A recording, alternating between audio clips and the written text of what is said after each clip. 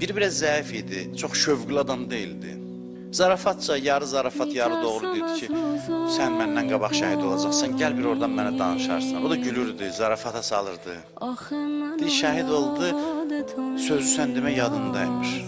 Gəlir yuxusuna, deyir, yadında da söz vermişdim, gəldim indi. Deyir ki, elə o məqamda soruşdum ki, o ki deyirlər şəhidlər Allahla görüşəcəklər, Allahla görüşdüm. Deyir, heç nə demədi, amma nə görüşdüm, belə dedi bir də. Deyirlə, bu amma nə görüşdüm dedi. Onun o halı mənə yuxuda bir zərrəsini hiss elədim. Dincliyi əlindən çıxdı, deyir, halı dəyişdi, həyatı dəyişdi. Tamam və bir neçə müddət sonra o da şəhid oldu, şəhadətə çatdı. Qala bilmədi artıq. Həqiqətən belədir.